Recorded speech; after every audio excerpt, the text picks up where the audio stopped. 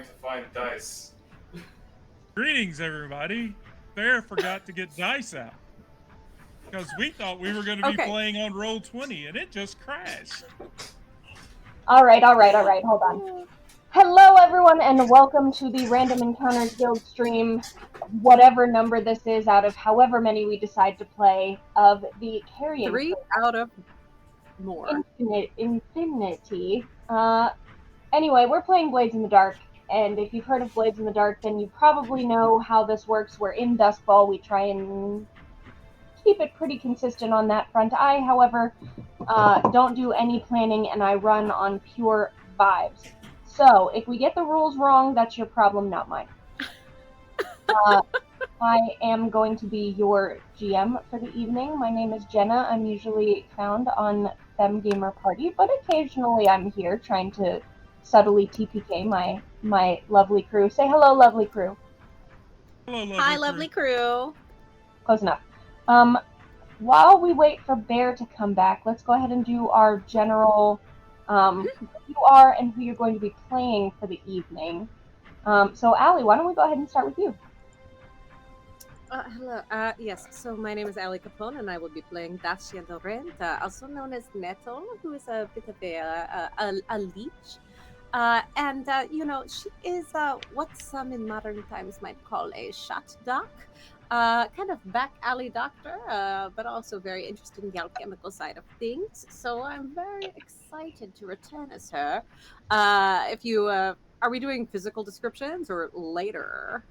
That is entirely up to you. I would love a physical description, honestly. Awesome. So Dacia is about 5'1", max. Very petite build, and she is almost drowning in this large linen apron that is spluttered with various stains. It's dark. You can't tell the colors. It's probably not blood. I'm sure it's not blood. And she also wears these very large, like leather gloves that extend all the way up to her forearm. Her hair is up in a very messy bun, and she has very thick eyeglasses. She's probably going to be located like in her workshop right now, which is full of these antique porcelain dolls, much like our darling favorite Henrietta. Mwah.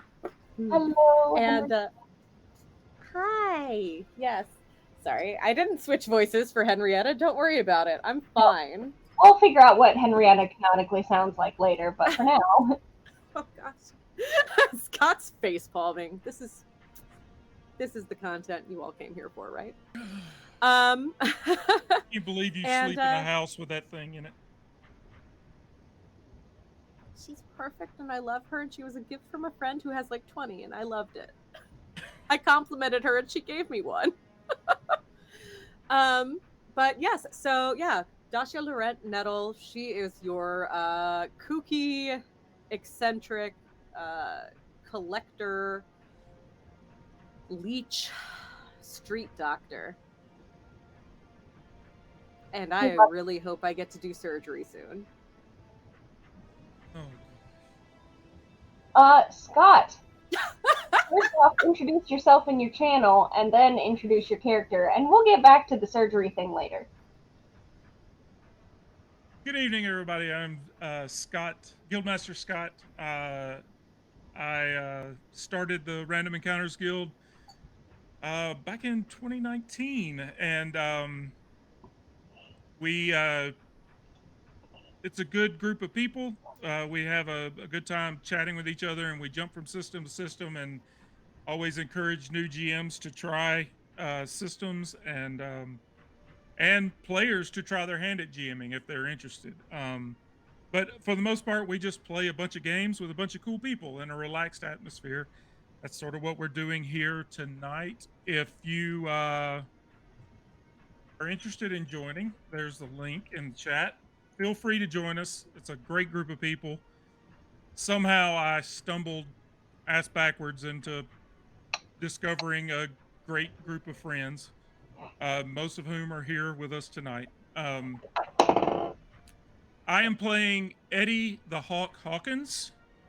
He is a medium builds, slender, short black hair, wears a black trench coat, a pork pie hat, and he has dark uh, dark glasses.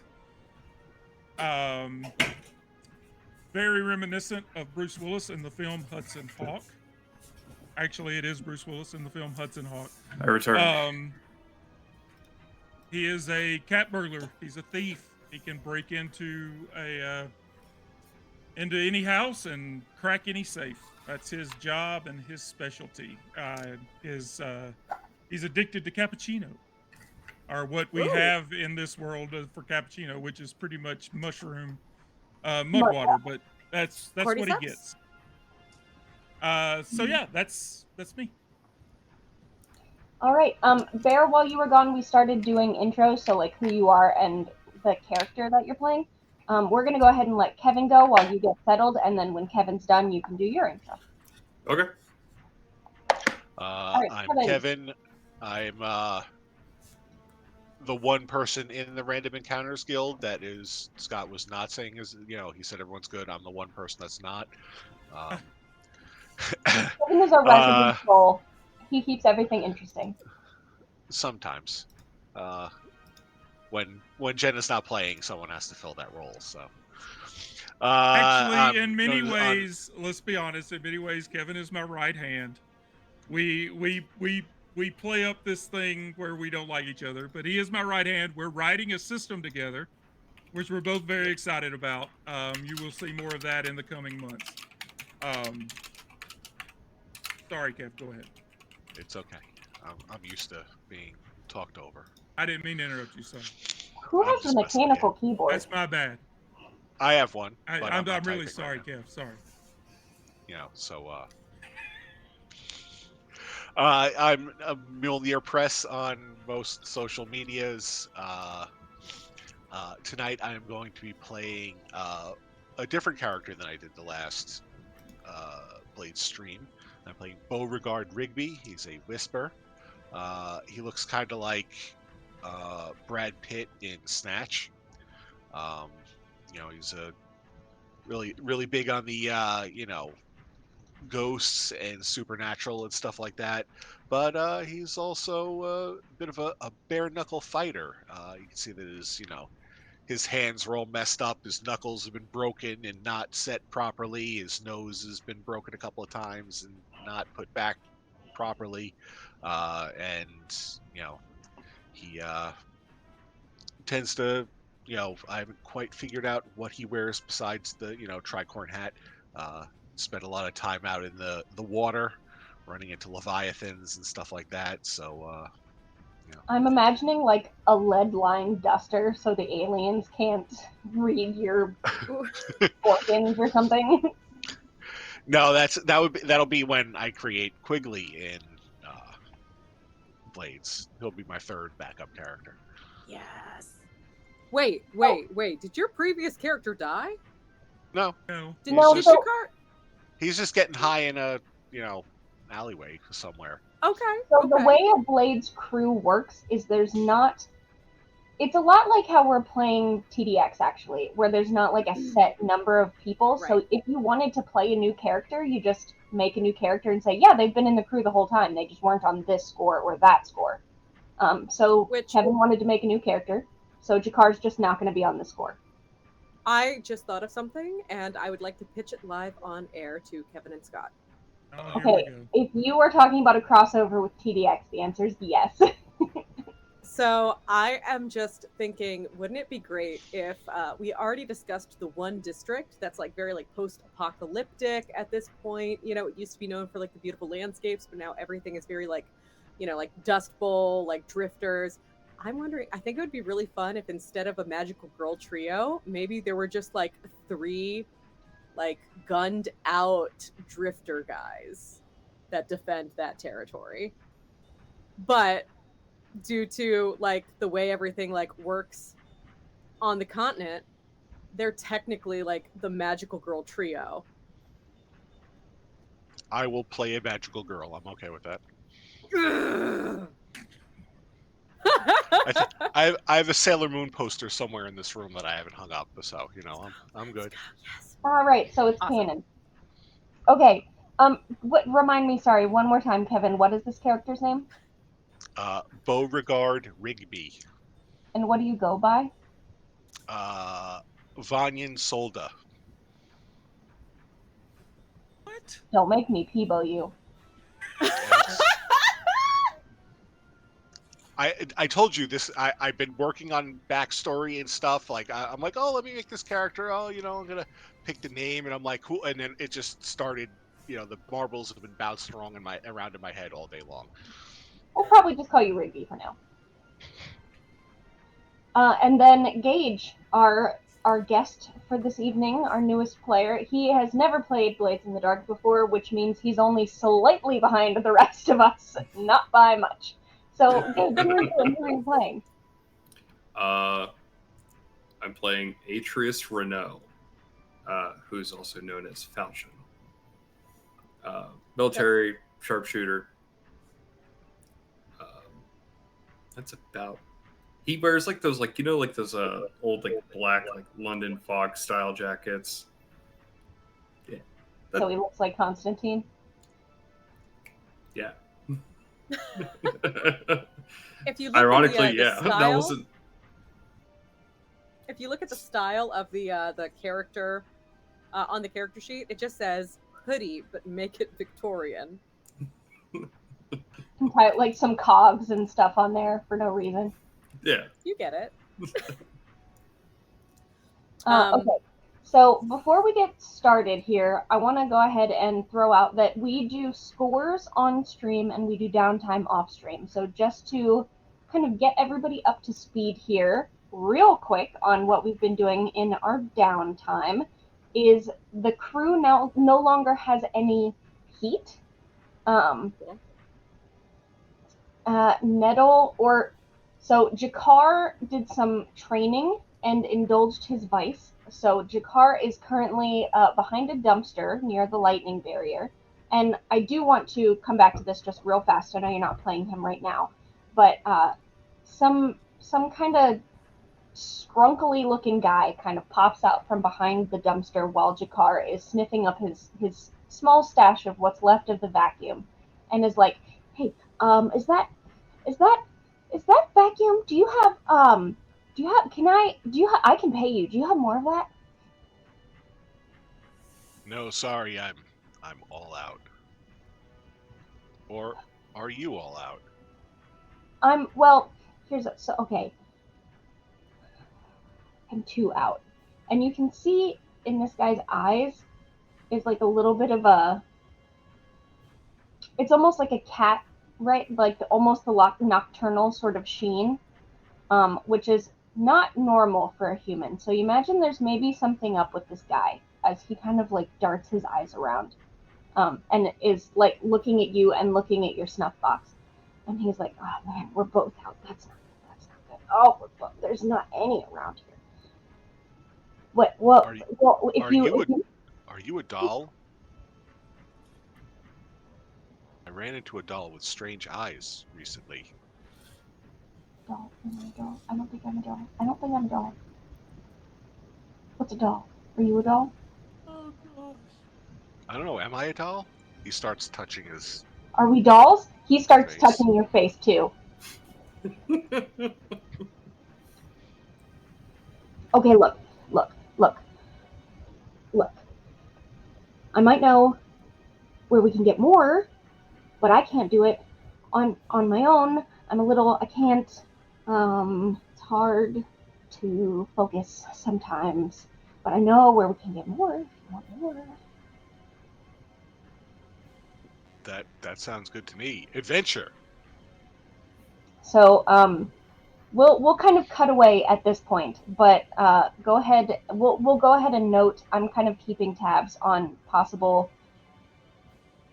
hooks and rumors and ways that you guys can go on other scores. So Jakar, as we pan away from this, is sort of learning maybe good info, maybe not, from a newfound junkie friend on where you might be able to find a little bit more vacuum. So that just seemed like it would be relevant to Nettle here. So yeah, if you want to start a personal clock for that, you can absolutely do so. I think in y'all's case, this is probably only a 4-part clock. just because that is the type of smuggling that you do, is the weird, the strange kind. So that is absolutely fine. So that was Jakar, and also Eddie overindulged a little bit, and then found himself out singing in the rain, so to speak, down the streets, and the crew lost just a little bit of rep from his embarrassing escapades. He also might have gotten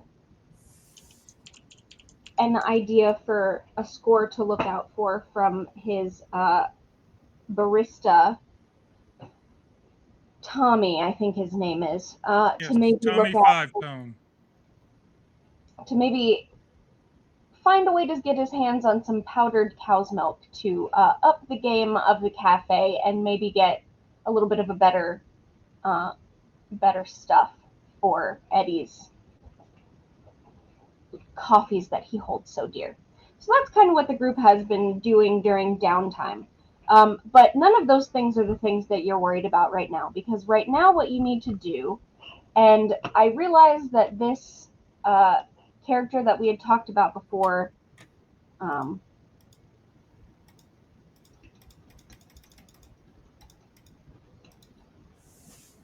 was someone else's.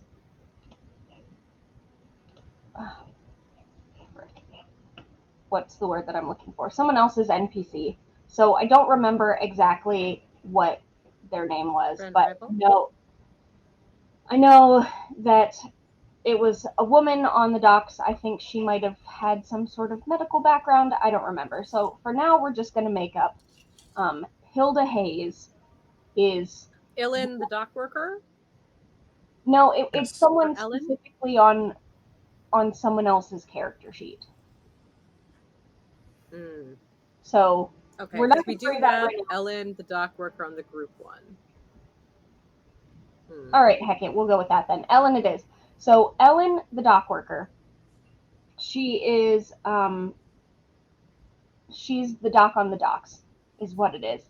Mostly, if we're being honest, what she deals with is things like scurvy and STDs. You know, but every once in a while. Anyway, when you guys did your the first score that we did not stream, when you did your it was a boat auction heist, she gave you information and got you an in to get onto the auction boat, and in return you needed to steal some of the medicinal tinctures that were going to be on auction and get them back to her. You have not yet gotten them back to her. That is what you guys are going to be doing right now. Before we go any farther, I do have to ask Nettle, is she going to get everything that she asked for? That is a great question, and I think could I roll a finesse or a tinker to try and maybe do a little sleight of hand and swap a couple things out for dupes? So that would be tinker. If you were trying to, I'm not looking at your character sheet. So you have that option. You could also just try and convince her that however much you bring her is however much you managed to get, that there was just less of it.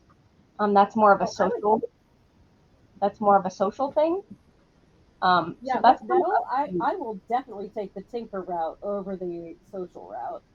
Absolutely. Please give me a tinker roll so we can see how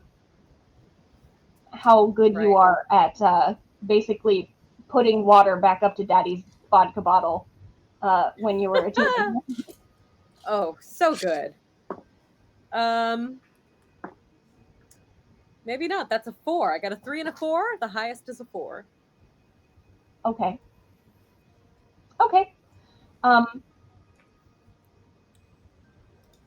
Well, we'll deal with that later. I think that she's not going to notice right away. Your consequence is not going to happen right away because she has other things on her mind. But later, as she goes through things, maybe some of them were not quite as up to snuff as some of your other previous work because you were hurrying. Okay. So we'll come back to that later. But for now, when you get there, Ellen she's been waiting for you. She's sort of like sitting at her desk, and she's a little bit like when you come in looking at paperwork but not really doing paperwork. She's obviously in waiting mode. Like you can see her leg is bouncing. She's nervous. She's got a cigarette. And the second you walk in the door, she, with this crate, she jumps up and she's like, just set it over there. Don't worry about that. I have a job for you right now. And all 4 of you are here, by the way. Okay. So she says, look, this is important. Focus up. We have very limited time. And we need to get this where it needs to go right now. So here is a little bit of backstory for you. Welcome to Duskball. It's Valentine's Day. And everybody knows Valentine's Day commemorates the day that the worst governor of Duskball, the absolute most biggest asshole that ever was, fucked around and found out and got his heart torn out by a demon. So on Valentine's Day, to commemorate how much we all hate that guy, people party and celebrate and give each other anatomically correct chocolate hearts, threaten to kill each other, but only if you deserve it, usually in a loving way. Maybe sometimes people purge about it. It's Duskball. You gotta let it out sometimes. Anyway, Okay. Valentine's Day. Obviously. This is how Valentine's Day is everywhere. Yeah. So even on your way here, there were sort of Mardi Gras style, obviously not quite as bright because it's dark in Duskball. And everything's got sort of a green, ghostly glow from the electroplasm lamps. But imagine sort of a macabre Mardi Gras sort of partying happen out in the streets. Yes, anatomically correct chocolate hearts. She says, it sounds like a Valentine's Day joke. I know. I have a heart for you. It's not for you. We need to get this heart to where it's going so that it can be transplanted, and we do not have much time before it's not viable anymore. Okay, so let me get this straight. We are dropping off a delivery, and you are assuming that we're going to go ahead and just jump at the next job without, potential other scheduling. So my question to you is how are you making it worth our time? What is your Arthur? I'm not the one paying. Okay. But obviously there's a donor. The receiver, he'll pay. So I have some questions for you, fam, because I've been sick today and I haven't been planning, and quite frankly, YOLO. So we're going to decide these things together. First thing we're going to decide is whose heart is this? Or maybe it doesn't matter. Is it a human heart? We should probably figure that out. And the second thing we're going to decide is who are you bringing it to and why did they need it? I think we are absolutely... This is open to everyone. We are spitballing here now. So pretend whatever we decide is what Ellen is filling you in on. That's how we're doing this right now. So I've been playing too much Athantia lately, so I'm like, okay, what's the worst possible situation? And so my rival is a priestess. And my brain immediately went to, oh, yeah, it would make sense that Melista, the priestess that I don't get along with, would want this for some sort of terrible occult ritual. Interesting that you say that. Okay. No reason. Okay. So that's where my brain goes, but, not a great idea. Classic crank. It's a drug overlord. Okay. Sweetheart, I know that you had to go to bed early, but if you're watching the VOD, I got you. Vanessa and I have been doing some background planning. Ooh, and, okay. Some of the potential consequences and problems that you guys are going to encounter tonight are a Valentine treat from her. Aww.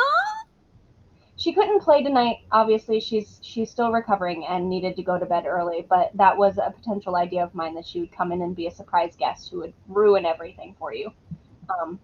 So she's just gonna have to ruin everything from the sidelines. Anyway, so is the problem that your priestess rival knows about this and she wants it too, or this heart is supposed to be delivered to the priestess? Because I love the priestess idea.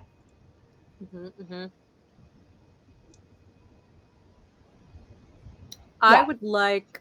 I don't know. What do you guys think? What do you guys think? We'll open the floor. I will say transplant organs like this are not very common in Duskfall because ghosts are a huge problem. Right. They're bad. I would say They want to eat you, which means fighting over it. Which means anytime someone dies in Duskfall, the spirit wardens have to come get the body and like dispose of it properly really quickly, or else a ghost shows up. So getting like a viable organ from a body that can be transplanted into a is like not an easy thing because you don't want to risk ghosts. And honestly, this is a bit of a crapsack world where people kind of don't care about you. So if you die, you die. So getting a heart transplant is like not. I mean, it's really uncommon even in our world as a difficult, like in real life is a hard and difficult thing, and you're on the list for years. But in Duskfall, it basically like doesn't exist. So it could be this is like someone genuinely needs a heart. It could be for occult stuff. It could be for demon snack. Who knows? What? Tell me. You tell me. You do my work for me, crew. I like demon snack. Sorry. I was thinking that we could do classic Mr. Freeze in Batman the Animated Series, where it's some sort of like mid-level functionary in the government whose like wife needs a heart, and you know she's like being kept alive by a machine, and he's been trying to find hearts for a long time, and he finally found one, and then your rival is going to try and take it as we're trying to bring it to him. There is canonically and the in this machine game. runs on vacuum. Mic drop. Full circle. I will throw in there. There is canonically an NPC in this game named Lord Skurlock, who is a vampire. Pretty much, you're not supposed to know that he's a vampire, but like that's who he is in the game. So maybe it's possible that he has a human wife that is aging or ailing, and he, being immortal, is trying to do anything he can to keep her alive longer. That's an option. So he enlisted the priestess to steal it, or to provide, or is she the vampires and priestesses? Unless the priestess has a cult. What's that? Vampires and priestesses is kind of like lasers and liches. Don't worry about it. Don't worry about it. I would think that an item of this high value would be sought after by more than one person. So Skurlock does not have to be in league with. Sorry, what is your priestess's name? That's a great question. It is a pre-generated piece of info here. So let me get that to you as I navigate through tabs. Melissa. Everybody, literally 5 minutes before we started the stream, Roll20 went down for us, and none of us can access our character sheets. So we're a little bit going on vibes here. It's great. It's great. Melissa. Okay, perfect. So, probably you need to get it from A to B in the dots. There is a point of contact on the other side of the. If you go ahead and pull up the dock maps, you'll see that there are two bridges that go from the docks to the Brightstone. If you can get it to the contact point on those maps to get to Brightstone, that's what needs to happen. And then someone else will be able to get it from Brightstone to Lord Skurlock, because you, quite frankly, are not high enough tier to even breathe the same air that Lord Skurlock looks at and does not breathe, because he doesn't breathe. But you don't know. So, GM, I have a question real quick. Where are we currently meeting up with the dock worker, with Ellen? Yep, okay, so that is, if you, I know that we're not in Roll20, so if everybody on screen can see the dock map here, but it's a little bit small. So players, if you want to look at the character and map channel, you can see a larger version of it, basically. So what section would you like me to zoom up on? Well, hold on, because I'm going to show you. So there is, on the far right, there's the Salt Bridge and the Old Bridge, and that goes to Brightstone. So you need to get to the Old Bridge. You guys are currently at Black Pier. Okay. So you need to get all the way across. And Scott, if you could please start an 8-section clock for me. And that clock is going to be how long you have to do this, to smuggle this heart out while it's still viable. It's in a chest. It's on ice. Ice isn't fair. You guys don't actually see that all that often. I mean, you have electricity, but ice takes a lot of electricity to make. So mostly rich people have it. This thing's on ice. It's in a. It's like in layers. There's like ice, and then it's in like a copper chest, and then there's more ice around the copper, and then that's in like another, like it's in stuff. Like this thing is secure in here. Russian nesting doll. Well, styrofoam doesn't exist, so we do what we can here. So if you want to go ahead and zoom in on Black Pier, this is going to be your first true smuggling operation. You have a thing to smuggle, and you need to get it from point A to point B without anybody taking it from you, or without anybody stopping you for long enough that basically the heart goes bad and can't be transported anymore. So there needs to be I will let you do your gather information, which I realize would not usually happen in something like this. It would be more like a go, go, go. But I am kind of doing this almost as a flashback sort of situation where you guys have been on the docks for a while. You've lived here for a while, so like your characters would know things. So I'm using this gather information to kind of find out what you as players want to know about the docks, because you would already be aware of like roads and canals, and there's generally a party on this street for Valentine's Day, and this shop gives out free pretzels or whatever, so we should avoid that. Like you guys kind of know those things, so gather information will just be to flesh it out a little bit. Literally, just so we're abundantly clear, I have told you everything I have planned already. So everything from this point forward is going to be pure improv on all of our parts. So let's just have at it, Buckle up, Kev. I'm ready to yes Are you ready? We are absolutely yes-anding. So I'm ready to take every devil's bargain. Good. Those. So Jenna loves the devil's bargain. Do we have our clock on stream? Yes. Okay. We do. Perfect. So what kind of It's at 0 right now. Do you want me to bump it to 1? Do you want me to? No, we'll start it. We'll start it at 0. Okay. Because we have not quite started the score yet. So if you guys have any gather information that you would like to do. Yep. Big check. Cool. I would like to go ahead and call in another favor to my clever friend Eckerd the Corpse Thief, and I would like, as opposed to information about the docks, information on if there's anything to do to keep an organ functioning for a little bit longer in a pinch. Okay. That sounds to me like a consort roll, because you're asking a friend for help. Cool. We can do that. That is a 4. Okay. He has some information for you, but it's kind of complicated. The best way to keep an organ kind of living and going for a little bit longer is to basically use electroplasm, sort of like a shot of adrenaline. So if you think of electroplasm as like sort of ghost life force, you know. It can kind of keep the heart going for a little bit longer. And if you were to shoot it up with electroplasm every a set reasonable amount of time, well, I don't know, something like 30 minutes or an hour or whatever, who cares? Okay. Details. Then you could prolong for a little bit longer, but you still do not have very much time. The Okay, problem do we with have- electroplasm is difficult to get Mhm. because it's what ghosts eat.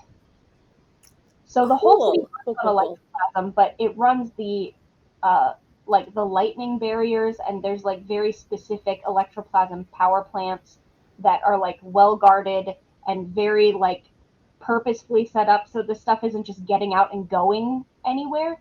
Like electroplasm is not the sort of thing that just normal people have around because it attracts ghosts.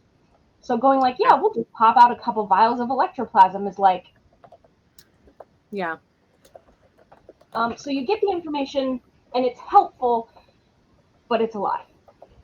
Now, Okay. you could gather information does not always just have to be getting just information. You could use this time to gather an asset as well. It would probably take some stress to do so, but someone else could try and get electroplasm. Just be aware that you're already traveling with a living, breathing, heart pumping that would attract ghosts because it is delicious in the ghost field. So adding vials of electroplasm next to that is like putting cheese and wine on a plate together. So what I'm understanding is that ghosts are bad. Yes. Most of the time, yes. Ghosts are bad, okay? Yeah. So I know that this is supposed to be a hurdle to make it so this way the heist is a little bit harder. But one of the basic items I start with are electroplasm vials. Sorry. Perfect. Great. So you guys are like, oh, where are we gonna get this? This is like we just ran out of our last bit of ghost cocaine, and now we need to find ghost meth. And Rigby's just like, go like this. want to buy a sundial?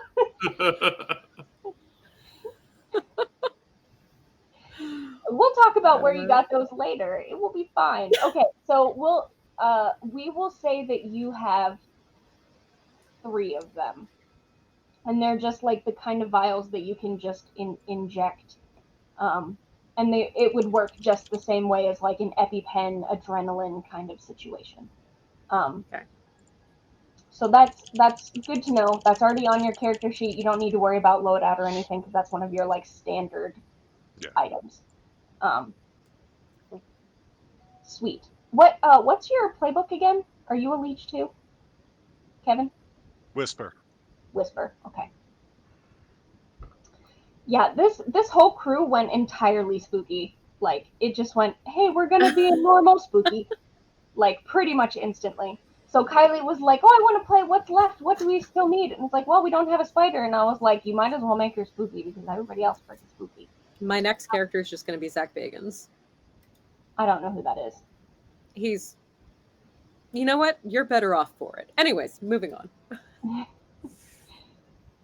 Okay, so don't worry about that asset then because you already have one. So are there any other things? Each one of you guys has a one thing that you can do. So Nettle found out maybe ways to turn back the clock, so to speak. Anybody else doing anything? Would I happen to know? Well, I guess it's less likely happen to know. It's more like how often do like carriages come through here? Through the docks? Yeah. Yeah, all the time. The docks. So, Duskfall is okay. So, quick lore, real fast. In this world, 100 years ago, the moon exploded and kind of covered the whole outside of the Earth in like this ash sort of situation. And you can't really see the sun anymore, and Duskfall is pretty much dark all the time. The brightest you get is almost like a twilight kind of gray, and it's pretty much always dark, which is why it's called Blades in the Dark. Ghosts are also a thing, yada, yada, yada. So the city is surrounded by a lightning barrier to keep the ghosts from the Deadlands out and keep everybody else in. And inside the city is a hive of scum and villainy, but they do try and keep ghosts at like a minimum. But there's still a lot of like occult activity outside, and sometimes inside there's like demons, there's vampires, there's stuff like that. But because there's not any sun, especially around Duskfall, the economy and like the food people eat is much more like mushroom based and tuber based, and stuff like growing vegetables and trees and things is pretty much impossible because there's no light, and having larger herd animals like horses or cows or whatever is really hard because there's nothing that they can eat. So there's like goats and mushroom stuff. Like that's kind of the thing that you get around here. So if there's going to be anything else, you're importing it from other places. And I want to say it's like the Void Sea is what it's called. So like there's this giant black ocean, and it's just solid black, and in it are giant monsters called Leviathan, and also sea ghosts who are trying to eat you at all times. And these ships, these like ironclad ships going across the Void Sea, are kind of the only that, and there's also a train situation. And there are people that like stand on top of the train and like beat ghosts with like ghost chains. It's freaking awesome. There are game rules for that, by the way. If you guys want to be the people who fight ghosts on trains, there is rules to be that in Blades in the Dark. Anyway, sorry, I'm getting there. Are the ghosts hot? They can be, if you want them to be. Be a ghost whipper, hot ghost, it's a dream. The docks and the train station are like really important because there's not just roads in and out of Duskfall. It's the Deadlands. You'll die. Yeah. So there's tons of back and forth in the docks, people coming in on ships, and people moving goods from there, disseminating out to other stores and warehouses and yada yada yada. That's all the time. One thing you should probably know about this particular crew is your lair is a vehicle. That's the fun crew thing skill that you guys picked. Is your it's called the Crow's Nest or the Raven's Nest, I think. Raven's Nest, and it is a rusty bucket of bolts, but you can sail down the canals. Now, whether you take canals or not is sort of your prerogative, and that will be the detail that we get to, but so that means that water is available to you and streets are available to you. But yeah, carriages pulled by goats are like sort of standard, and they're freaking all over the place in the docks. That was a long answer to your question, but I realized that you probably didn't have all of the like setting, so that was my crash course on Duskfall. Solid. I vote canal. Anyways. Yeah, haunted steampunk Venice. That's what this is. I like it. So do you have anything you want to do beforehand, or anything you want to look into beforehand, or anything you want to prep or set up beforehand? Well, I have no money and no Don't worry gun, about that. So I think I'm good. Okay, that's fine. That is perfectly. Can we take the Raven's Nest through the canals to get to the bridge? I think so. Didn't you guys? I thought that's what your thing said. Well, I mean, I'm looking at the map, and there's. You said we're at Black Pier? Yes. Yeah, I mean, there's canals that at least go on the other side of Duskfall that we could get to Old Pier or Old Bridge from there, but now your ship is, it's not a gondola, but it is definitely an inner. Your ship is not meant to go out on the Void Sea. I can tell you right now, you would not survive. So if you're like, oh, we'll just go out onto the sea and then go down Crow's Neck and then come back around that way. I'm talking about taking the canals through the city. That you can do, yes. But if you try and go out on the Void Sea, something's just literally going to eat you because your boat is too no. for that. You're not warded, right? Like, but through the canals, yes, you could. Now, the canals are haunted AF. I mean, think of the Hudson River and how polluted it is, and who, Lord knows what is at the bottom of this thing. It's like that, but with ghosts. Instead of the Yes, amount of go. trash, it's the amount of ghosts. Well, there's trash too, because this is Victorian steampunk. But yeah, there's who knows what's down there. More like Victorian gutter punk, am I right? Sorry. Yeah, actually. All right. Is anybody else got anything else they want to do for gather information? Keeping in mind that if you think of something later, we can just flash back. Okay. That sounds like a no. All right, perfect. So, the detail for this score is the route and means. So, what is the route and means that you are going to get from Black Pier to Old Bridge? Okay, so we know the route is canals, which means we can either go north through the. It looks like Bombarder's Way is going to be one of the canals to Porter's Way, or Bargewater. Those are like the two options there. Is that right? So I was looking at, I don't know which one that one is. It's the canal next to Salt Grasses. But take that, go south. Salt and then, Gardens? Salt Garden? Sure. I can't read it. Okay. I think it says Bilgewater.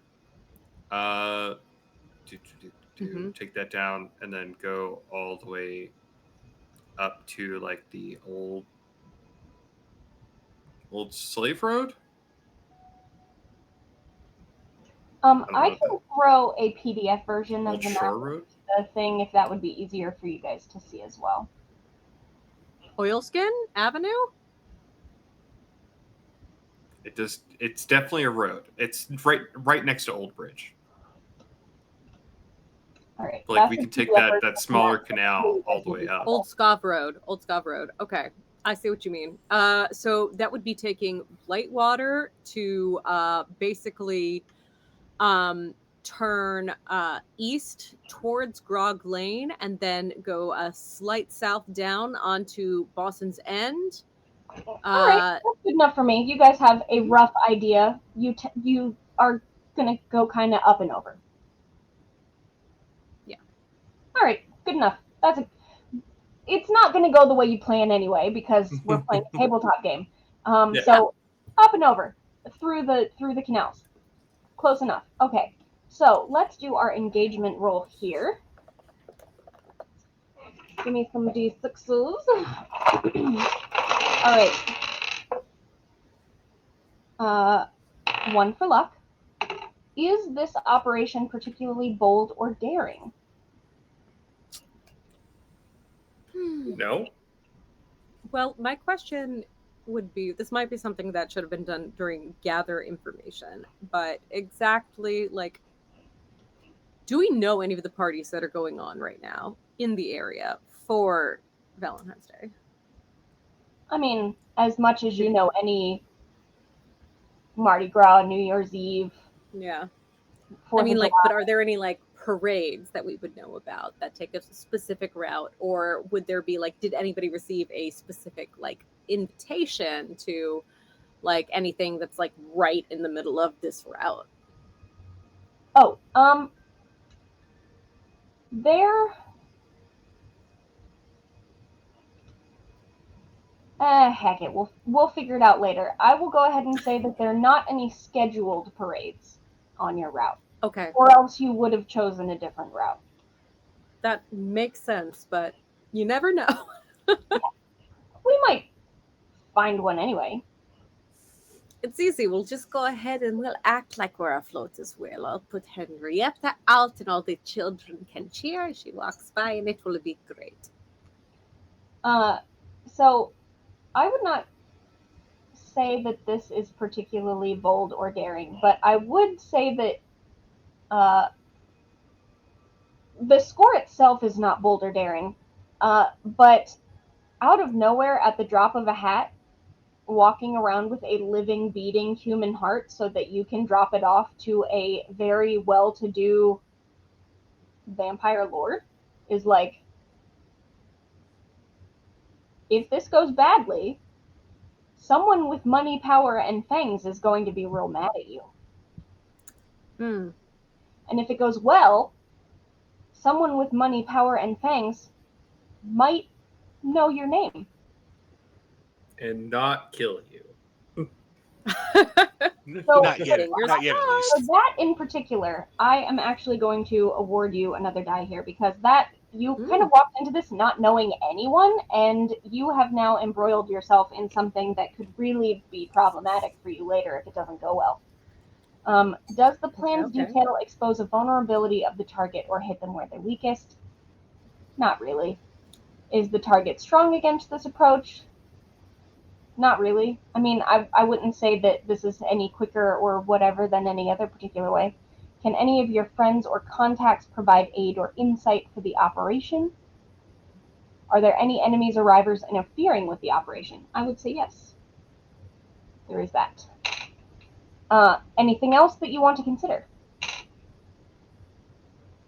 Hmm.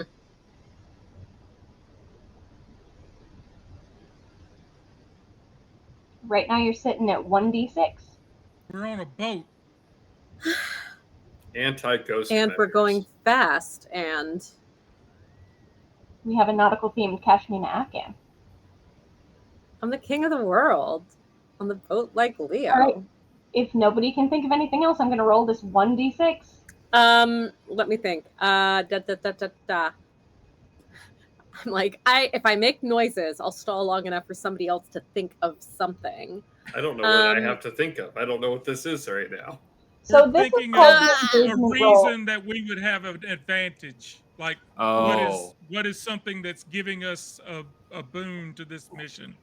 So That's why I in- said we're on a boat. We could be hauling this thing through the streets, but we're on a boat and we're going through That's the true. canals. So As a sharpshooter from the docks, I would say I know from top to bottom the area pretty well.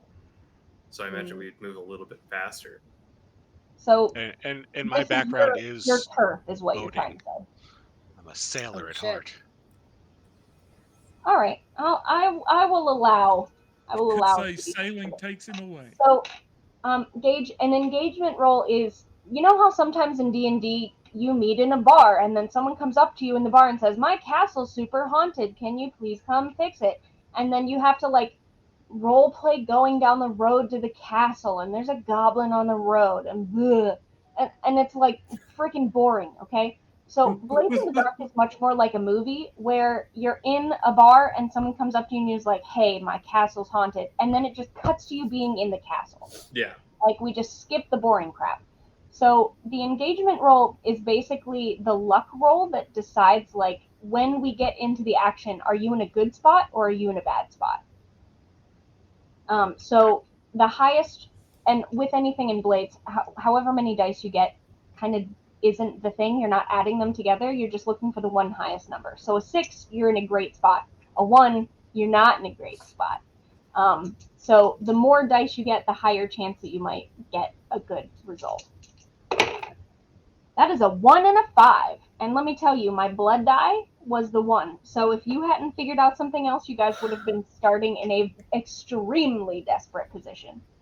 Ooh, baby, let's go. Wow. Yes.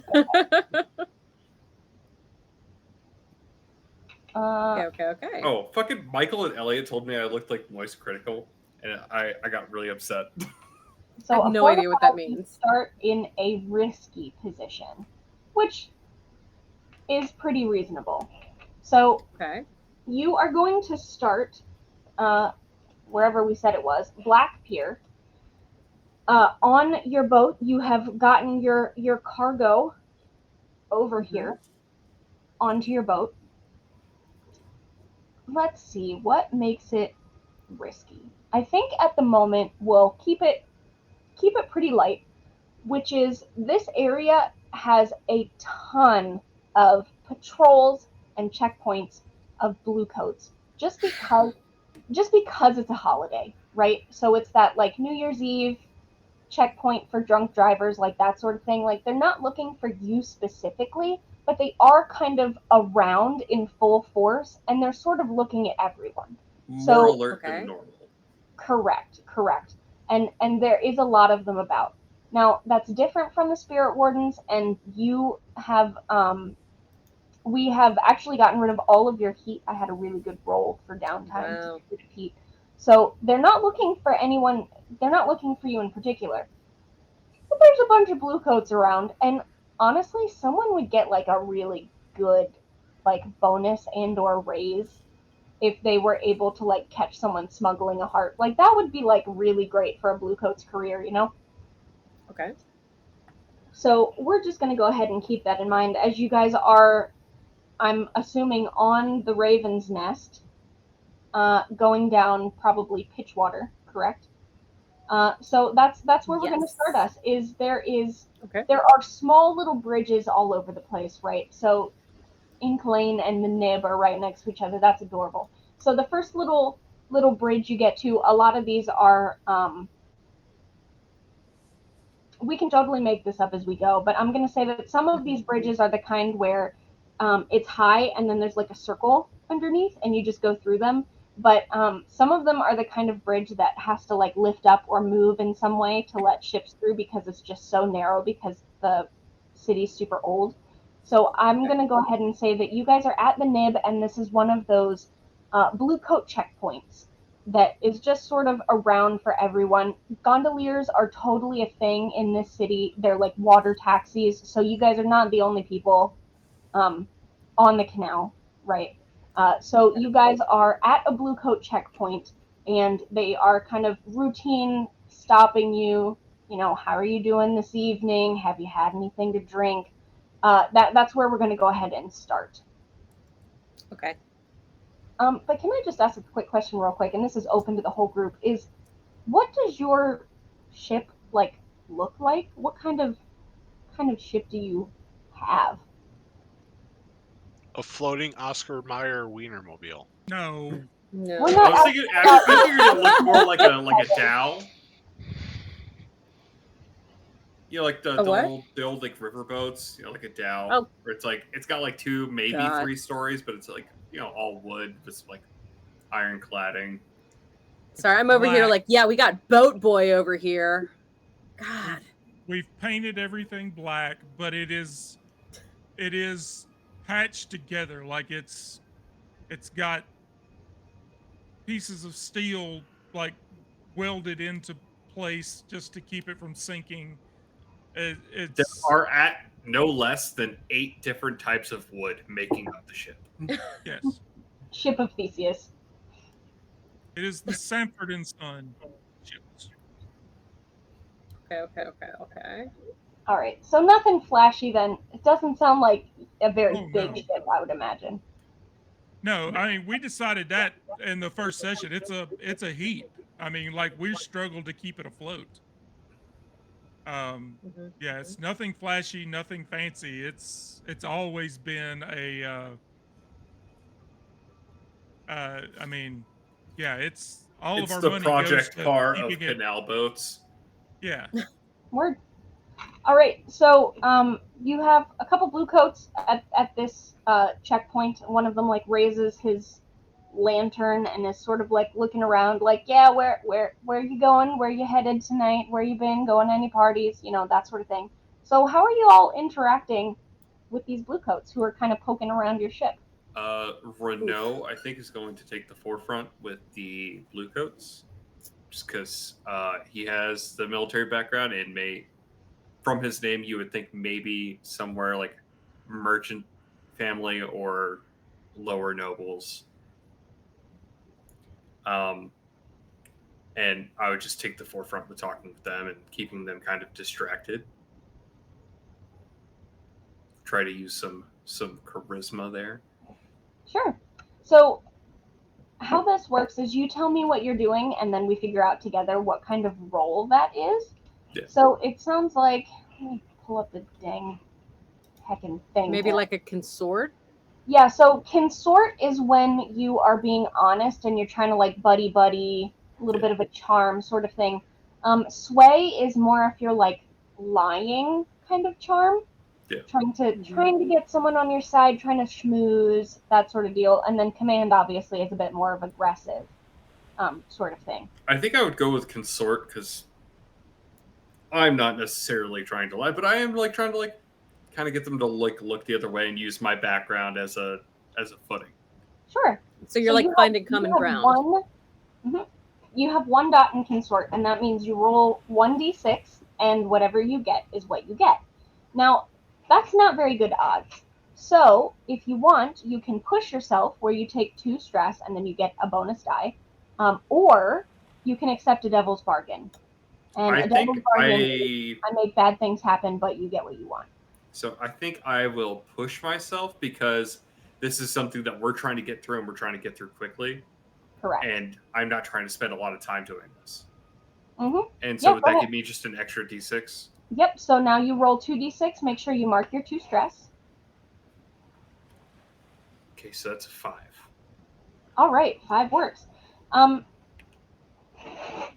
Let's see, what would be the... How do I mark the stress? So I can do it for you. Ta-da! Is it just not gonna... There it is. Ta-da! Yeah, just like an X. We figured it out. So I think the most natural thing that happens here is even though you want this to go quickly, you also want it to go smoothly. So you take maybe a little bit longer than you wanted to, and we're going to tick 1 clock, or 1 section of our clock here, because you guys are being amicable, you know, not overly nice, you're not inviting them on the boat or anything, but you don't want to arouse any suspicions. And you reach kind of a point in the conversation where you can see almost that video game dialogue tree, where if you go one way, suspicion, and if you go the other way, it may take an extra 5 minutes, but you can get out of this. And you go, okay, 5 minutes it is, because we don't need blue coats on our tail. So it takes a little bit longer than you wanted, but you do get through this checkpoint, and they let you go. How many sections did I say was on this clock? 8. 8. Okay, so there's 7 left. You have 7 ticks left before this harp is not viable anymore. And you guys keep going down the docks. Let me... Okay. Whew. I would like to. Can I do a quick sidebar comment, Jenna? Mhm. I would love to see you flesh this out as a module and then run it marathon style using Streamloot's cards to extend the timer before the heart's no longer viable. That would be fun. That'd be really cool. Anyways, sorry, that was my sidebar. No, you're good.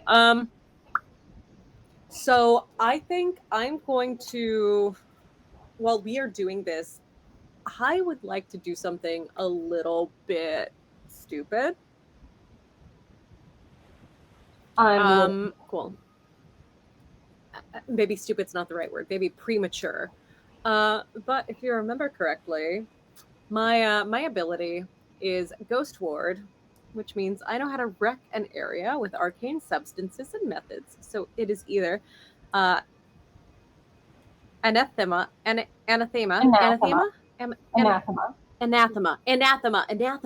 Jeez. Or enticing to spirits. So I would like to make the ship anathema by like stringing together basically like the equivalent of like garlic cloves, like tethering them to different areas and then just like splattering some vials on the deck. I will say that warding an area does take a bit of time. That's more of a long-term project. Mm-hmm. But what you can do is something a little bit more temporary. That would be fine. If you wanted to do a long-term project in your downtime of like really warding the ship so it's a more permanent fixture, that is something that you could do later, and probably something that would be a good idea considering y'all's escapades. But for now, you can put together something that will probably get you through this. Like a good little like temporary wreck, yeah. Yeah, okay, correct. Cool. Should I roll a wreck? Well, that's what I was about to ask. On your character sheet, is there any role involved with that? Or does it take any load? Does it say? It just says you know how to wreck an area, so I assume it would be the wreck under prowess. Gotcha. So I'm going to give you a choice here. You can roll wreck. I will also let you roll tinker to see how good your because here's why. You guys are traveling with vials of electroplasm in order to give this heart some shots if it needs it. I will say if this does not go well, you might accidentally neutralize your electroplasm in the process. Ooh. Okay.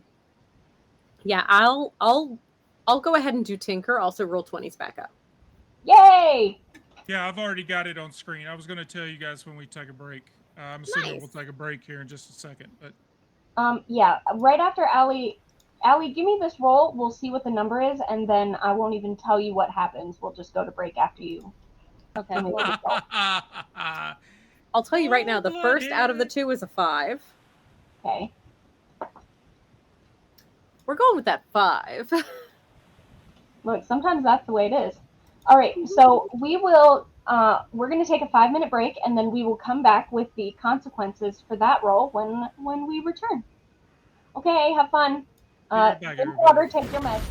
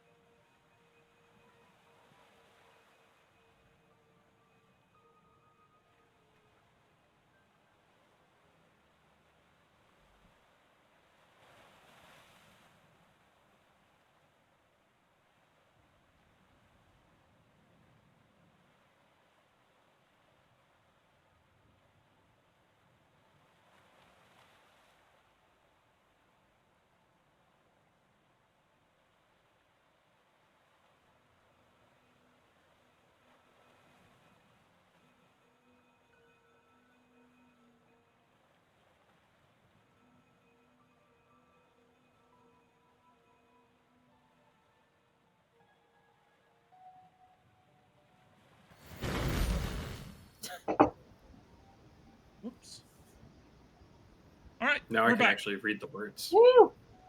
I have to get my water. I'm gonna text Caleb to bring it down. Oh yeah, I'm ready for steampunk. Okay, so you got a 5 on that roll, you said? Yes, a 5. Okay, so I will say that you successfully managed to do a very temporary, like, field ghost ward Okay. on your ship for the time being. It seems like it worked all right. You feel like, oh, hey, we need to make sure that the electroplasm is, like, shielded from this, so, like, you got all that handled. Here's the thing. You guys are on the canals. And I don't remember if I said this on stream or off stream, so I'm just going to say it again. Think of like the Hudson River, but in a super haunted Victorian steampunk world where there is no like FDA or EPA or anything like that legislating. So all of the weird alchemical pollution and all of the crime and the bodies and the whatever thrown in the river, like there's a lot of stuff at the bottom of this river. You do not go swimming. You don't drink this water. That's not a thing. Okay. So when you ward the area around your ship, yay, thank you. Water.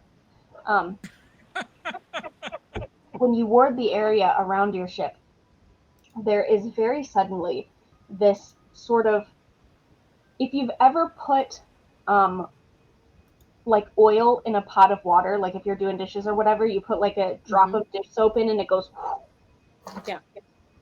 The Dusk River around you has that sort of like oil slick, like in like almost a perfect circle around your boat of just like Okay. this sort of general, vaguely occult sort of material that just is imbued in the river, has sort of like is around the edge of this barrier now. It's not that the Okay. water has gone away from you. You're still just a boat floating on the water, but this is obviously like anybody looking at the water around you is like, why is that boat weird? That's a weird boat. Like, you just have this like perfect circle around you where there's like not that shiny oil slick pollution look at the surface. If you were to look under the surface, which you can't because it's solid black, you would see that it's like a circle, like a sphere around you. But just on the surface, anywhere you go, there's like this very visible ward where the water is not going where you are. A certain feel of cleanliness. Yeah. Drink it in now because it's not gonna last. Don't drink. Do not drink it. Do not drink it. Okay. So that is going to make you a little bit more visible later on to any other people who might be taking a look at your crew or something that is happening.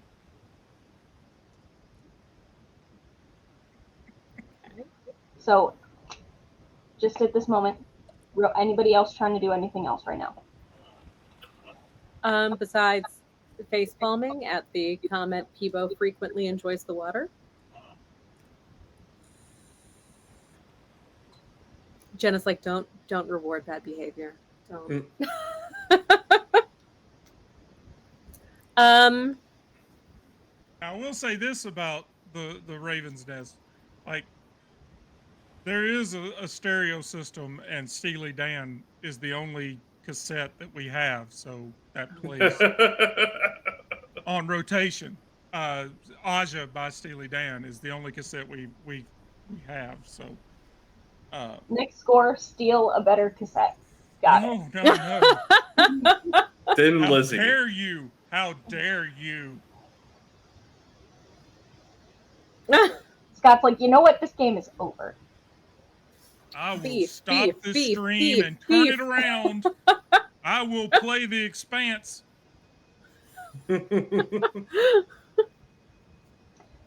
So as you guys are moving along here, I guess since we have Roll20 up now, are y'all seeing the map? Yeah. Mhm. Yeah. Okay, I wasn't I'm not sure about that. Okay, so real fast, I'm just gonna put an orange token where you started. Or maybe I'm not. And now we're like right here, right? Jenna, I made us a there's a carrying crew token. Perfect. But why will it not let me? Is there a Oh, giant orange circle there for you guys now? yes. Okay, perfect. I'm just going to go ahead and say that this is where you started. Okay. And then we're just going to go ahead and say that this green is where you're trying to go. And then you made a token for the boat? No, I just made a crew token. That's what is on there. Oh, I see what you're Raven. saying. Okay, yep, perfect. Can I put... I can. I'm just going to put a little... There's the little red dot on there just so I can find you because everything on this map is gray. So you guys passed the nib. That's where the checkpoint was. So you're actually up here Okay. more, unless I misunderstood which direction you were trying to go. I think originally we were going to go down further, Okay. but I mean, like, Do that all players So- can control you now, so go ahead and put you in whatever direction that you were actually planning to go, and that's fine. right there. All right. You were wanting to go down the Bilgewater and then come up So here. if you could, Yeah. that was my plan.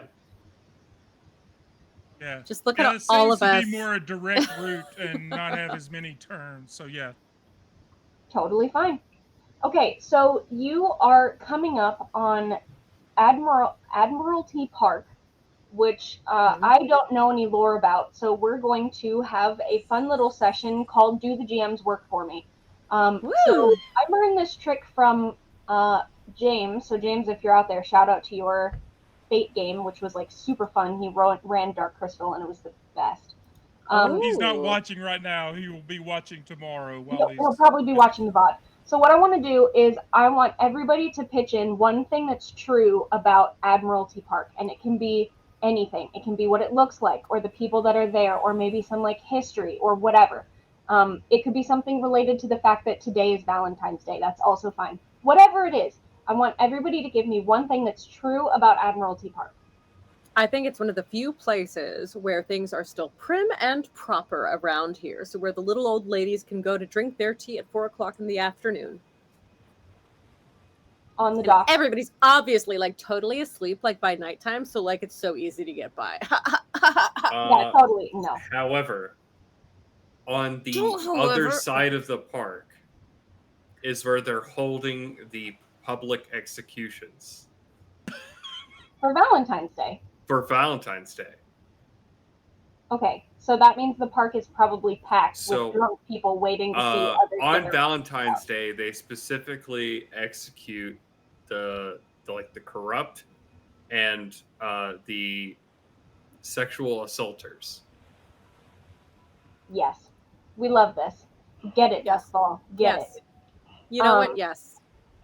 I was That's like okay. face palming, and now I'm like, you know what? Yeah, So, let's do that. so normally this park is one of the ones that are kept nice because, and this makes sense to me, the docks and Gaddock train station are the two places that people who would come into Dustball are going to see first. So this is like the executions are obviously run by the older ladies in their tea. Look, don't It's the movie, the interview, the Optic, scene where yes! they see the fake grocery store full of fruit.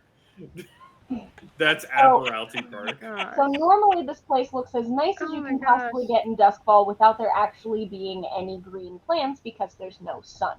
Right now, the park is very full of a whole bunch of rowdy people who are so ready to see these executions because Duskfall's just full of the best. Scott and Kevin, what other things are true about Admiralty Park? I was gonna say, being Valentine's Day, I was gonna say it's lit up, but if it's still a fancy park, where the ladies congregate for their tea, they decorate for certain days, and It's there's streamers and lanterns all over the park. Of Cool. anatomically correct hearts. Anatomically correct chocolate hearts. I mean, I feel like a romantic candlelit execution is the key to anyone's heart, right? Well, yeah, there you go. Yeah, Mhm. me and Allie are already 3 deep, and look at us going strong. Yeah, so I feel like the lights here, normally they're that kind of regular, either electroplasm green or some of them are just like kind of the flame candles that are kind of that like gas yellow, right? But for Valentine's Day specifically, they have that sort of like red cellophane or whatever that goes around them so that all the light in here is like a deep red. And it's a little bit sinister looking. And then there's like right in the center of the park is this plinth, and sometimes not plinth, stage that sometimes has like live music or whatever on it. But Is it right a now they have the gazebo? gallows. They have the gallows and a gazebo. We're not a high enough rolling level stick. for a gazebo. Those are very dangerous. They're deadly. Yeah, a gazebo and a warehouse. It's a full moon. It's not a full moon. There's no moon in Dustfall. Anyway, yeah. So they've got a gallows. They've got a guillotine. It's like it's like an arcade of different ways to execute people. There's like bobbing for apples, but it's your head. You know, whatever. All sorts of things. Great. Kevin, what else is true about Admiralty Park? So Oh, I can't the- wait for this. so the main attraction for Admiralty Park, when it's not a scene of an orgy of old women and death, is there's a giant anchor that supposedly, according to legend, is an anchor from the first ship that was able to capture and kill a leviathan. That was then the blood was taken from that helps create electroplasm. No one knows if this is true or not, but that's the Absolutely legend. not. But that's not the point. This is their version of Groundhog. Can we have it as lore that the grass in Admiralty Park is just like a reddish hue between the blood and the leviathans from the anchor? There is not grass in Admiralty Park because there isn't grass. It doesn't grow where there's no sun. However, yes. It's ghost. It's ghost. It's grass. ghost grass. It's You definitely specifically have like red clay paths. it's specifically bred mushrooms to look like grass to make it seem like the before phosphorus times. mushrooms, but the phosphorus glows red instead of blue. We love it. Bioluminescent mushrooms. Just lighting the whole ground while the red lanterns light the top and the guillotine here in the center. Such a romantic evening in Deathfall. So everything here in Admiralty Park is very well lit. There is a rowdy crowd. As we stated before at the beginning, Valentine's Day is a day to tell people that you want them to die. It's not a sanctioned purge, but some people do go too far. You know, it happens. It happens. So, as you are going past Admiralty Park and things are progressing, and you're a little bit like, oh man, I wish we could have gone to see the executions. It would have been so fun. But you're here doing this instead. I think that a fight breaks out just near the water where you are. And the kind of fight that starts with 2 people and then turns into a bunch of people who don't know why they're fighting, it's just for the joy of it. And I think at least one person gets thrown onto your boat and someone else gets like pushed in the water. Like this is getting rowdy. So now there is just a very drunk, confused rando who was in the middle of a fight and now is just in front of you on your boat.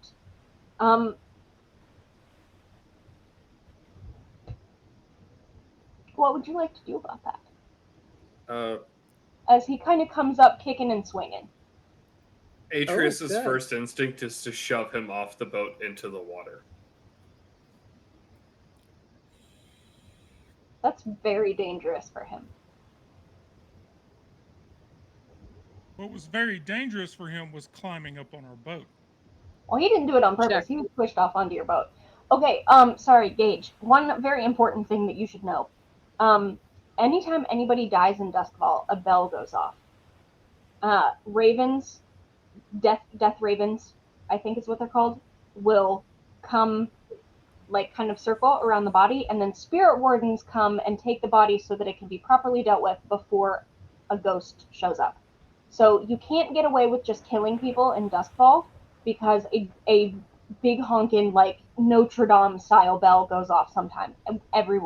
Anytime anybody dies.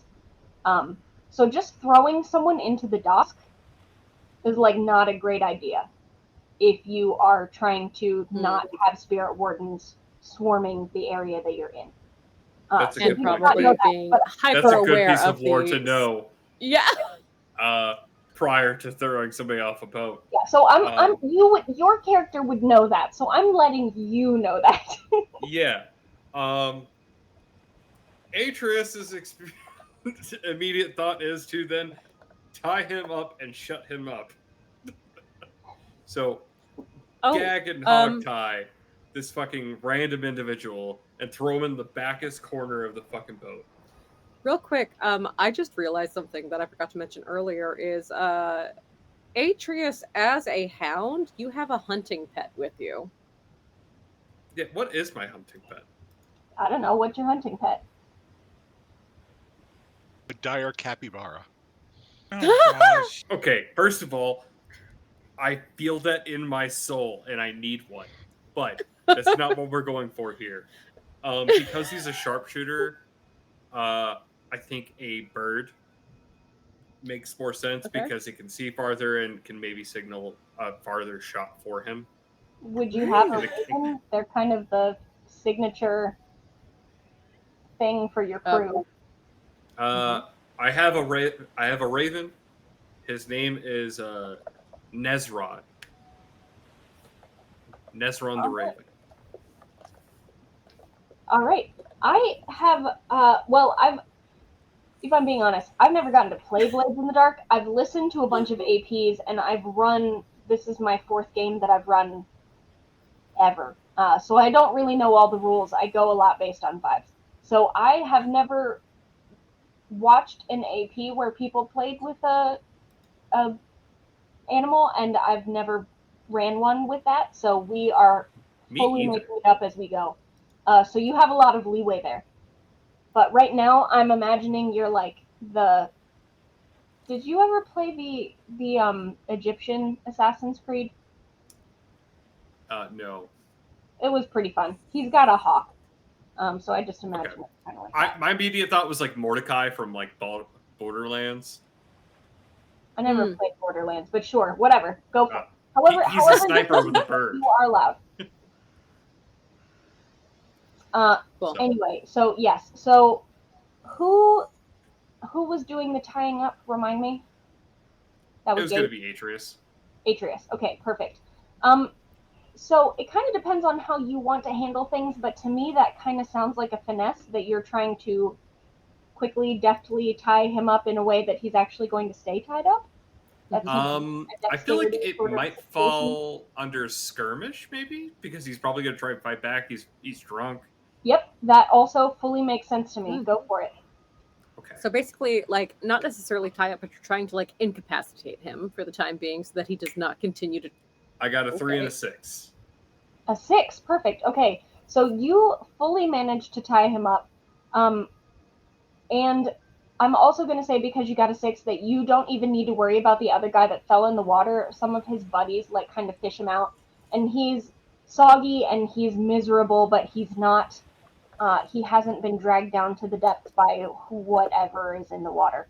So you seem to have pretty well managed to not attract too much attention as you pass by here. And the fight, as soon as it starts, kind of dissipates because they're still doing more guillotining over here, and people start like turning back and cheering and stuff like that. So you guys get past this fine. You do have a tied up passenger, so that's a fun and interesting thing that is visible on your boat as well as your circle. Is there anywhere on our boat that I can put him and hide I'm him? sure you guys have an underneath probably because you're literally smugglers. And looking at it this way, backup heart. Backup heart. But the bell will still go off. You're welcome. Unless. Holy shit. Okay, hey Jenna, can I do something really fucked up? Possibly.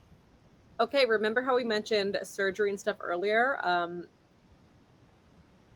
Theoretically, like if the heart that we have on ice gets like too deteriorated and we needed to quickly like realize like, hey, this is going to stop beating unless we have it swapped in real soon, could we do a little switcheroo?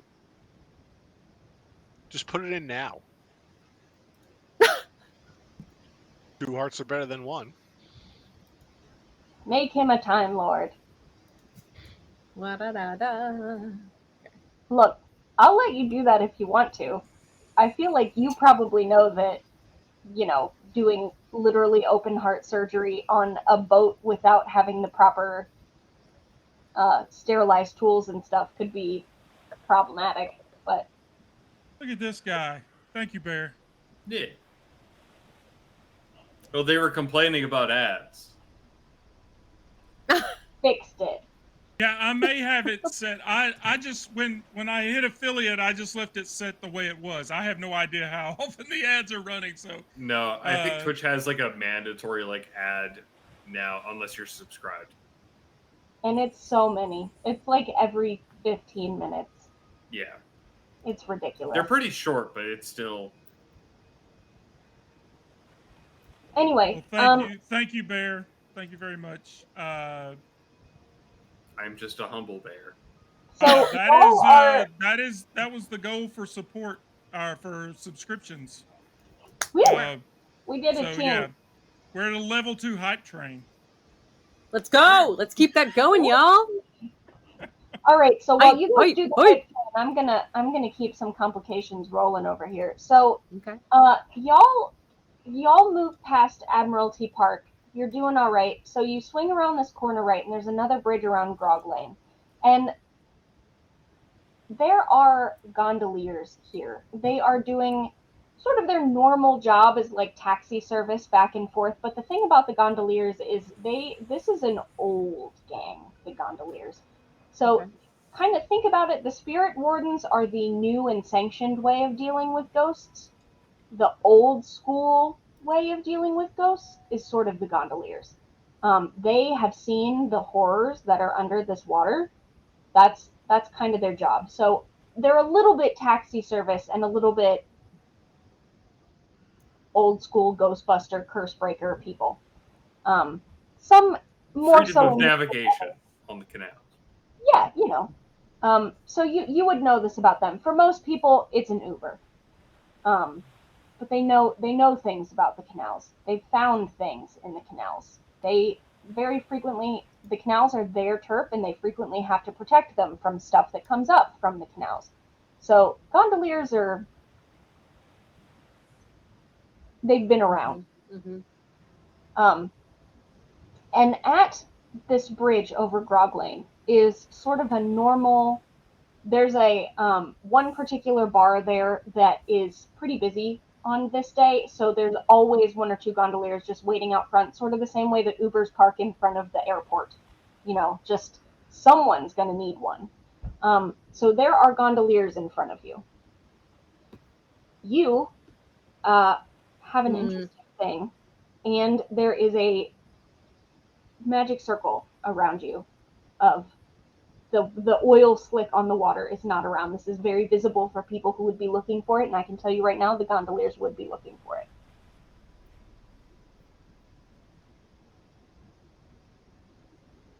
But you've kind of gotten yourself in a position where there isn't any other way to go if you're going to stay on your boat.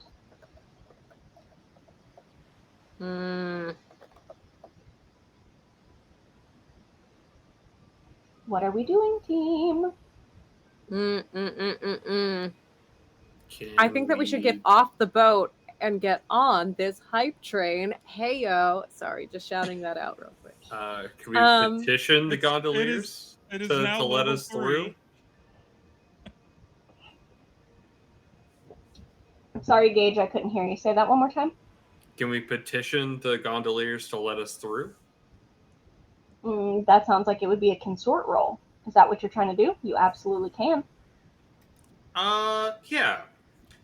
Renault is a very personable kind of guy.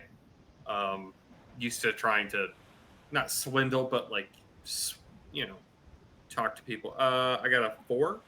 Ooh, I was about to say if you want to push yourself or take a devil's bargain. A 4. Okay. A Is 4 it words. possible to do a group action to consort actually? Normally I would say yes, but he already made the roll. Oh, so we're gonna roll, pun intended. We're gonna roll with this one. But at any time before, and yes, you could do a group roll where you're all like, yes, hello, friends, we fellow citizens are only on our way to go party drink. Yes, hello. Okay, a 4. So here's what happens. They 100% notice what's going on with your ship. And I will give you a couple options here. So 1, you're going to have to pay them off with like 2 coin. 2, they will remember this. Or 3, they let you through, but you pretty much immediately notice that you have a tail.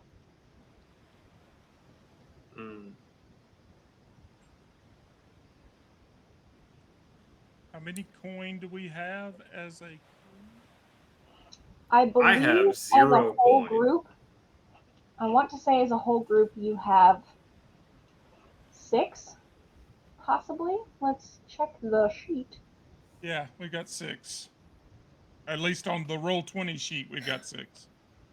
Yeah, okay, the Roll20 sheet is correct. You would have to pay them off 2 coin to look the other way for something like this.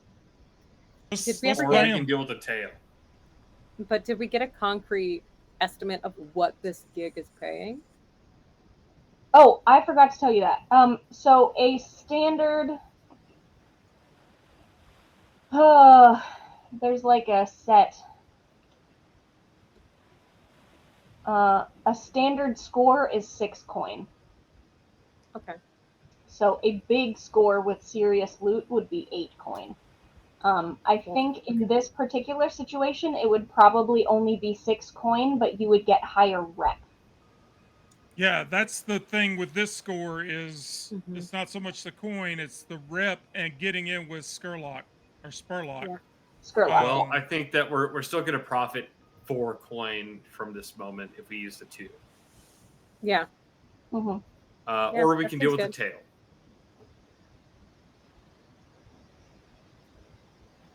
I say we pay him off. Give him the 2 coin and let's get on with it. It's all right. 20 after 10. Pay your 2 coin, and we are going to also tick one more clock there as you negotiate how much. So 2 coin is kind of a lot. Coin is one of those things in the book that is a little bit nebulous as far as like what you can buy with things, but for like a normal, I might have this wrong. Someone can correct me if you've got the book up. I'm not going to look it up at the moment. But for like a normal person, like, like a blue collar worker, 1 coin is, I think, like a week's worth of wages. So actually, can I try to like negotiate with them on the 2 coin? You absolutely can, but if you do that, I will tick another section of your clock for taking longer. Ooh. I think we justified the 2 coins. I feel like we just go with it. 2 coin is a fine weapon of weekly income for a small business, a fine piece of art, or a set of luxury clothes. Yeah, so those things are kind of all over the map, if we're honest, but a week's income for a small business. Yeah, that's pretty expensive, but also we're going to get for more coin as profit. Yeah, that's my thing. Is this is more about rep than Yeah. coin. Like we're just trying to. This is We're about still speed trying to make our name. and We're a getting rep. 0 tier crew. We've It got sounds to like up y'all that have tier. decided if you keep going back and forth as players, I'm going to tell you to click more on the top. Tick more on the clock anyway. Just Tick spend more the on 2 the coin. talk. Yeah, like Kesha. Spend 2 coin. We're being paid in exposure. It's okay. We can keep going. Yes, I'm. I a mean, musician. exposure I know all about and being a paid in month's exposure. and a satchel full of silver, according to the book, for 4 coins. So I say, yeah, we'll pay them and we'll book it. Okay. That works for me. So you only have 2 on your clock. You guys are doing okay. The gondoliers will happily look the other way for 2 coin, not a problem at all. And you guys keep going on your way. So now you are here past Grog Lane.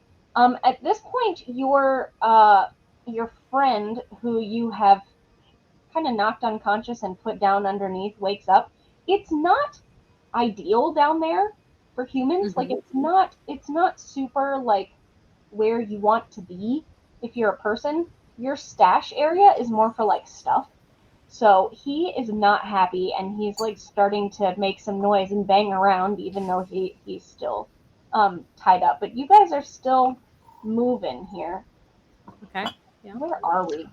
I'm going to head down Are we there at the- and I'm going to attempt to command him to shut the hell up. Go for it. It's the equivalent of Samuel L. Jackson going, "Go the fuck to sleep." Oh no! Push it. Push it. You Oh, can't. shit. It's already rolled. Yeah. Hey, Jenna, do you honor the REG reroll merch rules? I That's do. a GM fiat. You get to decide, but Okay, I will honor it, but not in the way that Dan plays it, where he has 14 shirts on his body so that he can re-roll every single thing. I don't play it like that, but you could do one. What did you roll? A 1 and a 2. But then you could mark XP. Yeah, I think I'm gonna let it roll. All right, so go ahead and mark your XP. You go down here and yell, "Shut the hell up," to this guy, and he goes, "Do you know who I am?" Do you know who I am? What? No. I don't care who you are. So I don't care who you are. I am Henry Stevenson of the Brookstone Stevenson, sir. My father and my lawyers shall hear about this. So it turns out you've accidentally kidnapped a rich connected person. An idiot, but a rich connected idiot. ransom. Henry Stevenson. We have a pretty small boat, Of right? I feel like I would hear this. I would hear this fucking brat like yelling. I would like to go down there as well. And So I'm gonna if he bow in doesn't front. shut up, I'm just gonna like basically just like knock him out again. I was gonna bow in front of him and say, "You're free to swim to shore, if you would like." Your I shall do no Highness. such thing. You're going to release me this instant. I will release you into the water. I'm gonna make up literally on the spot. The Stevenson family is well known for owning a fleet of Leviathan hunting ships. They themselves don't do any of the dirty work, but they own the ships and they're dumb rich. So they might have So owned the ship basically that I they- used to work they- on. and they fall into the category This of name screw sounds very the familiar. rules. I have money. Absolutely correct. In fact, this guy has Renault- green hair. Renault is gonna. What's I your won't character's name shoot again? I'm Renault. sorry. Is it Rigby? Is that what we said? Rigby Cool. is Kevin's character. Yeah, Beauregard. Yeah. Okay. So I'm like, hey, Rigby, my dear friend. Do you perhaps want me to perform some kind of percussive action against our dear friend? to quiet his manners. He cracks his knuckles. And he says, "I believe that our fine guest would not like to resort to fisticuffs Mm. because he's currently outnumbered." GM. Oh, yes, 1 second. Scott, can you go ahead and hit 2 ticks on the clock for me, please? Oh As shit. you guys have to kind of stop the boat while this is happening, because you know if you go any further, you're going to hit the checkpoints or whatever, and having some screaming brat like, yes, I've been kidnapped, is like not going to help you. So you guys have So- basically like pulled off to the side into an alley for a second. He rolled a 1. So you want it to go to 4, and we're at 2 right now. You want me to bump it to 4? Correct. This is a fail. So- a complete fail. Jenna, So you guys are dealing with Daddy's boy. Yes. Nettle would like to silently go downstairs with her medical equipment while this guy is tied up and screaming, and the other two are talking, and she's going to start checking his vitals and listening to his heart. And during this time, the only thing that you will hear out of her is the occasional, "Oh, there seems to be a slight arrhythmia. That won't fetch much money. Okay. Okay, we're going to do Nettle's about to get that field surgery she was looking for. blood type there. Okay, fantastic. But we need to find a little bit more. Go get my phlebotomist kit. And Alright, she's I just want muttering. to roll a command for me, because you are absolutely intimidating this dude. And I'm gonna Not go on ahead and just purpose. give you a bonus die. We're just gonna call this a free help. Because Okay, your friends are already okay. down here talking about knocking him out, and then you're just like, yes, I'm going to, Remove your heart. Yeah. I'd like to push it. Okay, take 2 stress. Yeah, I'll do that. Boop. Boop. That's a 5. All right, absolutely. He goes from no, yet, and my father. I can't believe that you would. What are you doing? What? Madam, get your hands up. My word. What is this? In. Blood pressure? In. And breathe out. Ooh. Why are we doing this? 2 years at best with that. And she's going to go ahead and pack her things up and just go back upstairs. He's gonna kind of like sit with this for a moment and then turn to you other two and be like, is she always? Renault is going to be like, yeah, yes, my dear friend, you've met our onboard doctor. If you do not agree with us, and we cannot come to a compromise, you will have to deal with her, and her potentially removing your organs. Well, I won't lie, that sounds extremely unpleasant. I do personally like to keep my organs within me. Alright, I see you have me over a barrel, sir. Well, I will. All we ask is that you be quiet. When can I leave? Shortly. We will cause no harm to you. We are simply transporting one thing, but we will not arrive to a destination where you can get off the boat safely until then. Well, hopefully it's near Brightstone, that's where I live. And he hands you this dude. This dude pulls out a card. Double thickness, 12-point font, exquisite. Patrick Bateman. He pulls out a card, and it's got the address and the equivalent of like, here's the person to get in contact with if you're trying to ransom, because this happens sometimes. So this guy assumes that you've kidnapped him on purpose, even though he's the one who drunkenly fell in your boat. He is going to be quiet for now, but he is trying desperately to remember all of your names so that he can get you in trouble with his family later. And yes, Rigby, I do want to. I'm just going ahead and say that yes, the Stevenson family is the one that owned the Leviathan ship that you were on before. Just, you know. All right. Now that you will be quiet, my dear friends, set sail. Perfect. Okay. Who's driving this thing?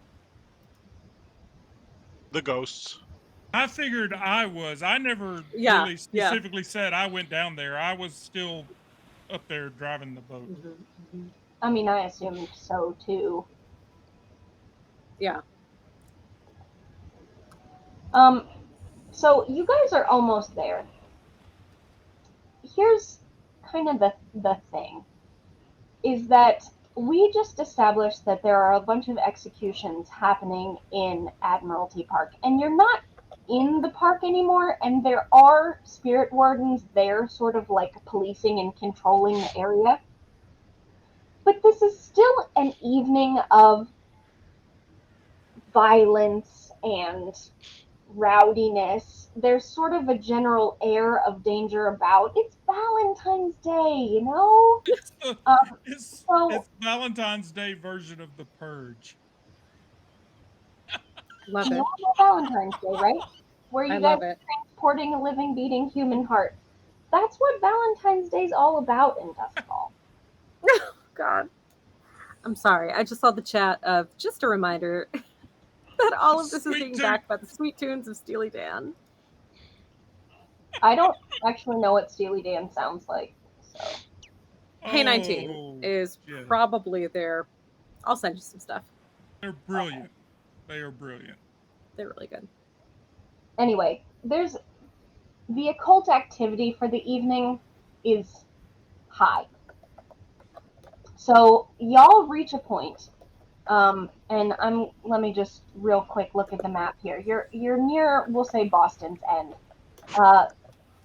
Well, here we'll actually put you over here. I think you guys are very nearly at your destination. You can almost see it, really, where there's this little spot right here. There's like a place that you can kind of dock, get off. The old bridge is right there. Like, you're so close. And this ward that you have around your ship,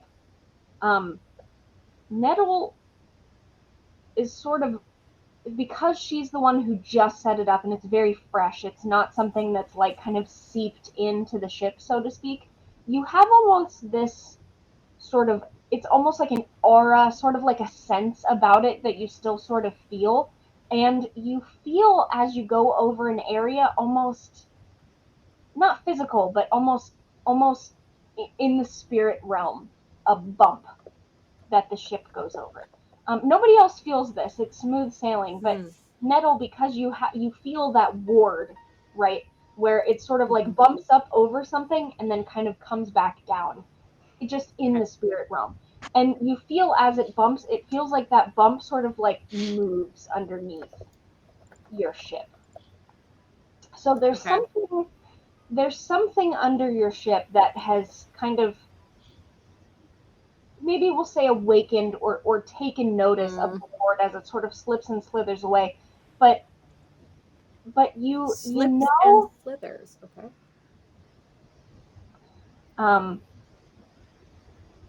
You're not a cryptozoologist, to my knowledge. Are you? No. I didn't think so. I thought you were more anatomy based. Yeah. But it's very probable that whatever that is in the dusk can probably smell what you have on your boat. And yes, you are warded, but you have electroplasm and you have a living heart. Yeah. And you know that the ward is not going to last forever. How much longer do I think the ward will actually stay? Why don't you roll occult for me, or sorry, attune, just as sort of a luck roll, we'll say, to see how much longer. Okay. Ooh, the first roll was a natural 6. Okay, perfect. But the second, it's gonna take the 2, lowest of the 2, which is a 3. 3. You don't think this ward? You're pretty close to the bridge. You'll probably make it to the bridge. But what happens when you get back on the ship after that? What? Okay. Like you can probably get the heart off this ship. Are you dumping all your electroplasm, what's left of your vacuum, everything else that's sort of enticing to occult creatures? I mean, that's a lot of your stuff, your stash, your loot. Or what do you get? No. Okay, so I would like to know. Okay, Nettle's gonna pull the rest of the crew aside for a moment and just go. Okay, so the thing is, it looks like our boards are starting to falter a little bit, and I'm a little bit concerned about what this field we've created with harboring this organ on our ship is going to actually do, especially in conjunction with all the electroplasm that we might have in our premises.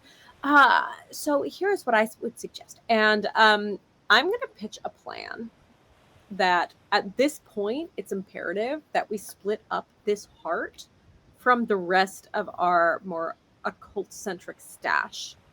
So whether that means one of us taking the stash on foot, one of us taking the heart on foot, or even getting the pet involved, having the pet fly some electroplasm up and perch it on a fucking roof as a divergent. Like, we need to split things up and like that's dilute. what I was gonna say is Nettle takes the heart to the bridge.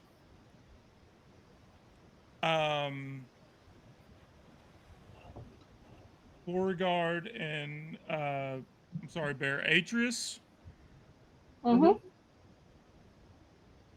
You take the ectoplasm and the vacuum the opposite direction. And I will stay. How much vacuum do we have? A lot. Well, That was our first. That was our first score. Was this? We got a. Of course, we also have a deadhead on boat that is probably going through it like crazy. But our first score, we got a ton of it. And we don't know how to sell it. We haven't found anybody to buy it from us. You guys haven't looked for the proper fence. You haven't tried to offload any of it. I'm sure guys, what I'm saying is Eddie will stay with the boat, with the nest, and then we take these other two items off of the boat and get them away.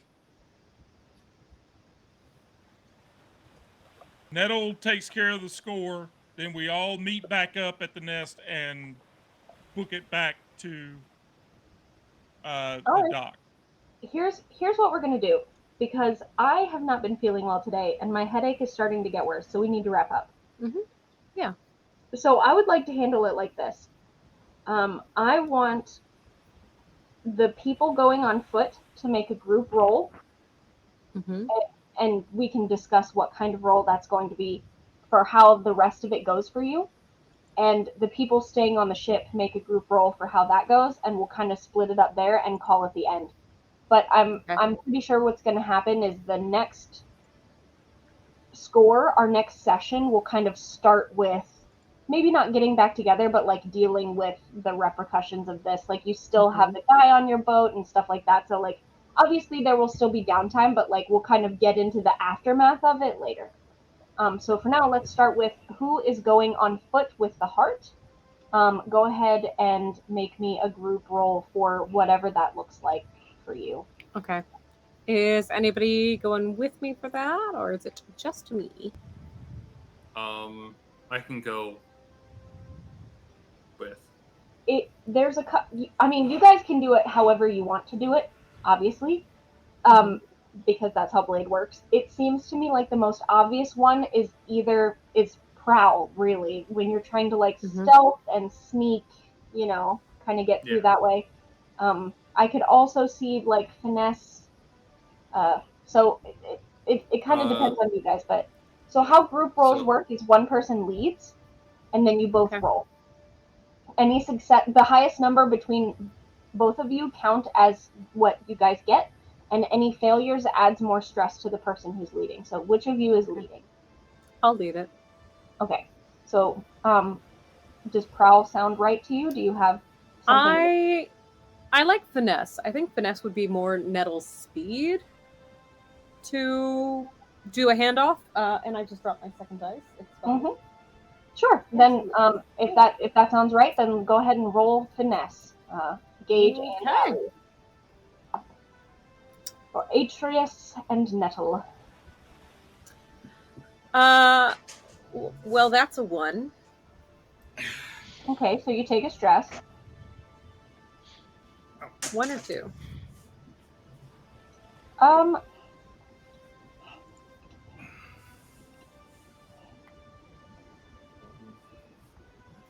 Okay. while got a 4. he's rolling. Sorry, my dice fell on the fucking floor, but I got a 4. Okay, so Okay. you take 1 stress for everyone that rolls a 1 through 3. Okay. So Okay, 1. so it's a 4 and you only take 1 stress. That's not too bad. All right, so we will say that you get the heart to the contact. It is still in pretty good shape. It's not in perfect condition. You're 4 ticks down, but it is inviable. There is enough time for this contact to get to Skurlock Manor. So you are successful on that front. With a 4, I'll go ahead and say that this person was not just carrying 6 coin on them, because that's Okay. ridiculous, and instead gives you not an invitation, but some sort of like calling card. You are supposed to show up at a certain time at Skurlock Manor, and someone else will meet with you. Once this has all been handled and they find that the goods are in sufficient condition and everything goes well, then you will be paid. So that's Okay. I'm going to go ahead and say that's your complication for the moment. Is as far as you know, the score went well, and you're getting paid, but you don't actually have the money on you. We'll just go ahead and leave it at that. But it seems like probably you guys are in the clear. I would like for Rigby and the Hawk to roll. Who is leading your group thing, and what are you guys doing? Basically, at this moment, all you're trying to do is keep your ship away from. I'm gonna go ahead and call it an electroplasmic eel because that sounds cool to me. That there's like this huge, like freaking big boy, think like the Anaconda movie, big boy eel under your ship that can smell you and is like waiting for this ward to wear off. So I don't know if you guys are trying to get away from him or like, I don't know how is this working here?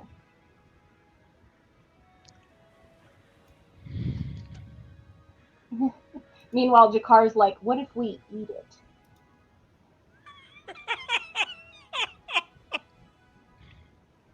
If we kill it and scrape its He scales goes, off, I would like to snort lick it. the eel. Can't pierce the veil unless you know, open Veil your the piercing. senses. Yeah, Here we go. gotta lick things. I would I mean, all we're trying to do is get this ectoplasm away from the boat for a minute. So are you planning on just chucking the electroplasm in the other direction then? No, Like we're gonna jump off the boat and take it the opposite direction of where Nettle and Atreus are going. Oh, I see. So you're not what I figured was going to happen is them two would go finish the job. Like I could get off the boat with the electroplasm and just walk away to you know, kind of lower the tastiness of the boat. I want you guys to roll a group roll of something, and we'll figure out if that actually works. Would it be prowl? Could be prowl. I could see a sway if you guys are trying to sort of like divert attention. I mean, Yeah, sway would work. I've got sway. I don't know if Beauregard Yeah, has sway. Beauregard has one in sway, so. yeah. So who's leading?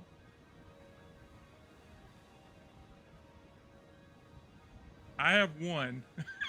So- Oh I'll no, lead. that part doesn't matter. The leader just takes stress if someone's failed. I'll lead. Okay. Okay. So both of you go ahead and roll your sway. I'm going to also push to give myself a little extra. All Is right. this So go ahead and take two steps. risky or what are we looking at? You know what? Just for fun, let's go ahead and call this one desperate. Desperate. Okay. Because when you roll and roll 20, it does that. Mm-hmm. Mm-hmm. Which I And really the appreciate effect because desperate is rolls with standard. 160. Correct. And there's no bonus die.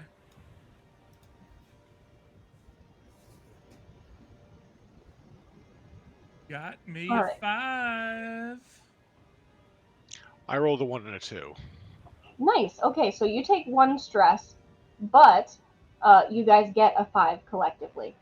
And I was wondering how this would work out because you did just finish telling me canonically you have like a bunch of vacuum on your ship. So I was like, okay, taking the electroplasm off might help, but might not help. I think in this case, your electroplasm, not electroplasm, the vacuum that you still have on the ship is sealed in the little glass things right now.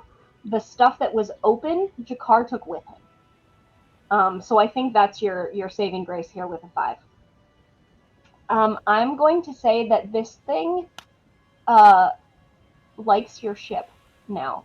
This eel might come up like the ticking crocodile from Peter Pan, but for now, it's going to go ahead and leave you alone. Everybody, mark your stress and everything. You have successfully transported a living human heart across the docks on Valentine's Day. Happy Valentine's Day, everybody. Bam! Thank you for playing Blades in the Dark with me, and let's wrap this up quickly because I need to get when the lights are not on. So I'm gonna start us out here. I have been Jenna, your DM. What you see is what you get. All the planning that did get planned happened literally on this stream, so that's kind of how I roll. If you're interested in seeing literally anything else, then you can find me on Fem Gamer Party, where I sometimes do kind of the same thing. Allie, you're up. Hey, what's up? You can also find me over on FGP. I'm Allie Capone, one of the co-founders over on FGP. Specifically, catch us out on Sunday for Trinity Division X, and you can catch me on Tuesdays on Eric Frankhouse Presents for Athantia Dark Tides, a Victorian soul punk horror game. You can also check out my graphic design at AllieSlawDesign.com. Moving on to Kevin. I'm Kevin, one of the main game masters over at the Random Encounters Guild, doing the every other Sunday Dragonbane game, and still got to work on my Blame the Swedes sign for when everyone complains about the rules and how deadly the game is. But I can be found on most social medias as Mjolnir Press, and kick it over to Bear. Hi, I'm the resident bear. I do voices. One of them. I used not to stream. anymore. Now we have 2 bears. We've got Bear I'm and we the got one and Kodiak. only bear.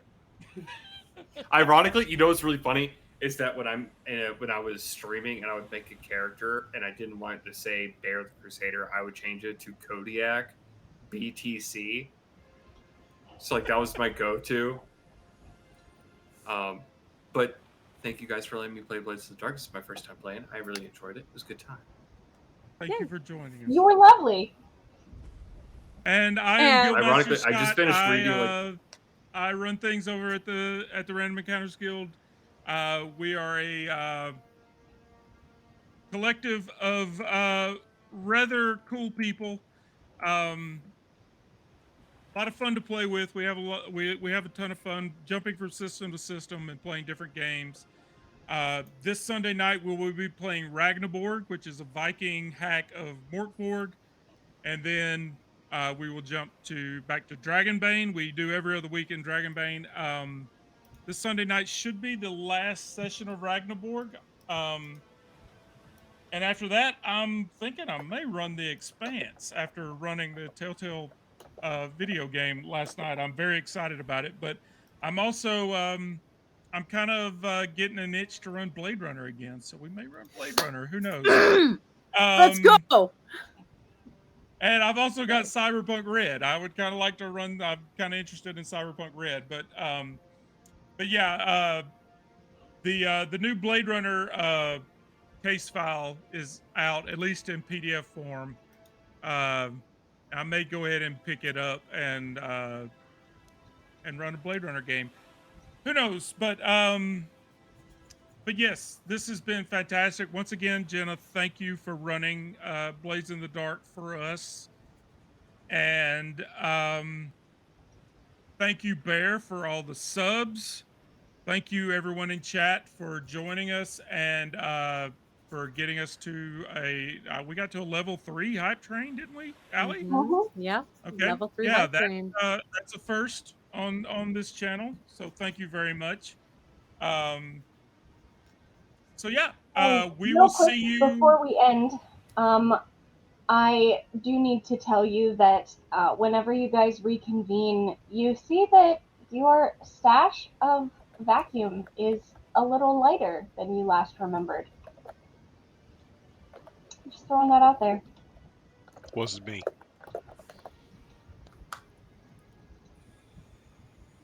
Which one of you was it not?